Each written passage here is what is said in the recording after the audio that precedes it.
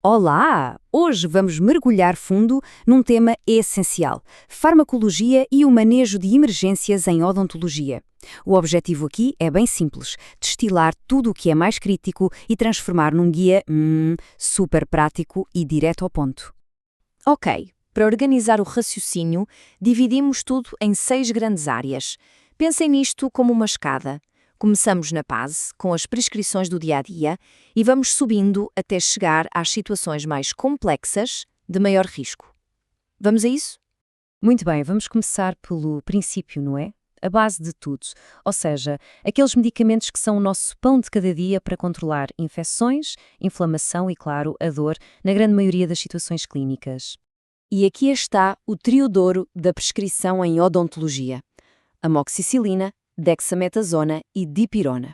Estas dosagens que estão aqui são basicamente o nosso protocolo padrão, a primeira linha de combate no controle pós-operatório mais comum. Super eficaz. Agora, um ponto que é absolutamente vital para a segurança de qualquer pessoa que se senta na nossa cadeira: as interações medicamentosas. Saber quais as combinações que são perigosas não é só importante, é mandatório. Vamos ver o que nunca, mas nunca mesmo, se pode misturar.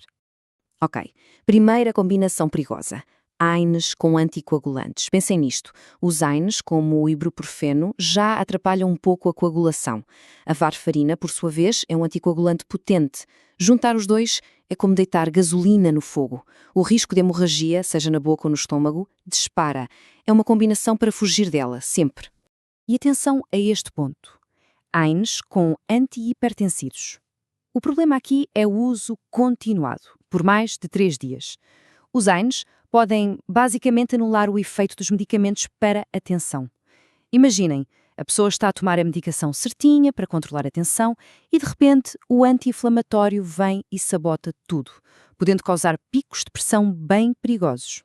E esta aqui é outra interação clássica e super importante: corticoides, como a dexametasona, com antidiabéticos. É simples, o corticoide tem um efeito que aumenta o açúcar no sangue. E o que a medicação para a diabetes faz? Exato, o oposto. Então, é literalmente uma guerra química dentro do corpo do paciente. O resultado: a medicação para a diabetes perde eficácia e o açúcar sobe. Ok, já vimos os protocolos padrão e as interações perigosas. Mas e quando o paciente tem outras condições, como diabetes, hipertensão ou problemas cardíacos? Aí, o jogo muda um pouco. É preciso fazer um ajuste fino ao nosso plano. Vamos ver como. No caso de um paciente diabético, temos 2 grandes prioridades. Primeiro, controle rigoroso da infecção. Por isso, a amoxicilina é muitas vezes a escolha. Segundo, muito cuidado com os corticoides, pelo risco de descontrolar o açúcar, como já vimos. E claro, como a cicatrização pode ser mais lenta, um cuidado extra no pós-operatório com clorexidina, por exemplo, é fundamental. Já com os pacientes hipertensos, a palavra de ordem é controlo. Controlar a ansiedade antes do procedimento é meio caminho andado.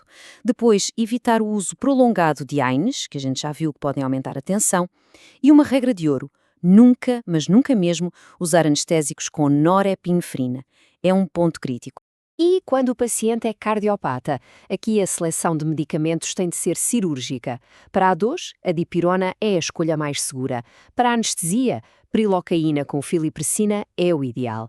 E claro, temos que estar preparados para o pior. Por isso, em caso de suspeita de infarto, a aspirina mastigada é uma ação imediata que pode salvar uma vida. Bom, nem tudo corre sempre como planeado, certo? Vamos falar agora de 2 complicações pós-operatórias que, embora comuns, podem ser bem chatas: a hemorragia e a pastesia. Saber o que fazer nestes casos faz toda a diferença. E aqui temos o nosso kit de ferramentas farmacológico. Para uma hemorragia que não para, o ácido tranexâmico ajuda o corpo a manter os coágulos firmes. Para a parestesia, que é aquela sensação estranha no nervo, a combinação de etna e citoneurine funciona como um suplemento, digamos, para ajudar o nervo a recuperar-se.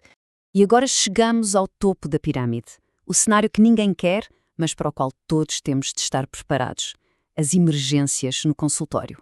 Aqui não há tempo para hesitar. Cada segundo é precioso. Vamos ver os protocolos de ação imediata. Parada cardiorrespiratória. Ok, aqui não há margem para erro. Os passos são estes e são inegociáveis. Começar imediatamente com compressões torácicas de alta qualidade. O que é que isso quer dizer? Rápido e fundo, entre 100 a 120 por minuto. Assim que o desfibrilador chegar, é usá-lo. Ele dá as instruções, a gente segue e volta logo para as compressões. E para uma síncope, aquele desmaio súbito. A primeira reação, e a mais eficaz, é a posição de Trendelenburg. É um nome complicado para uma coisa simples: deitar a pessoa e levantar as pernas. Porquê? A gravidade faz o trabalho dela e ajuda a levar o sangue de volta para onde ele é mais preciso: o cérebro. Simples e super eficaz. Certo, e se a suspeita for de infarto? Dor forte no peito que irradia, primeiro, acalmar a pessoa e mantê-la sentada e confortável. E depois, a ação imediata, a aspirina. Mas atenção ao detalhe crucial, é para mastigar. Porquê? Porque ao mastigar, a absorção é muito mais rápida, diretamente na boca. Isso acelera o efeito anticoagulante e pode fazer uma diferença enorme. E para fechar, vamos falar das contraindicações absolutas, as regras de ouro, aquilo que simplesmente não se faz. São as linhas vermelhas da farmacologia que existem para proteger os pacientes de danos graves. A primeira e talvez a mais importante, nunca usar um corticoide sozinho para tratar um abscesso. Porquê? É simples. O corticoide é um anti-inflamatório potente, ele vai tirar a dor, o inchaço, ele mascara os sintomas. É como desligar o alarme de incêndio com a casa a arder. A infecção continua lá, a piorar, só que de forma silenciosa e muito mais perigosa. Outra contraindicação absoluta: AINES, como o ibuprofeno, para pacientes com doença de Crohn ou colite ulcerativa. O problema é que estes medicamentos podem agredir a mucosa do intestino, que já está fragilizada por causa da doença. Ou seja, uma simples prescrição para dor de dentes pode desencadear uma crise grave da doença intestinal. Aqui, o cuidado na escolha do analgésico tem que ser redobrado. E tudo isto nos leva a uma questão para o futuro, não é? Os nossos pacientes estão cada vez mais complexos, com mais medicação, mais comorbidades. Como é que a tecnologia, a farmacologia personalizada, vai moldar a odontologia do amanhã para garantir tratamentos cada vez mais seguros e eficazes? Fica a reflexão.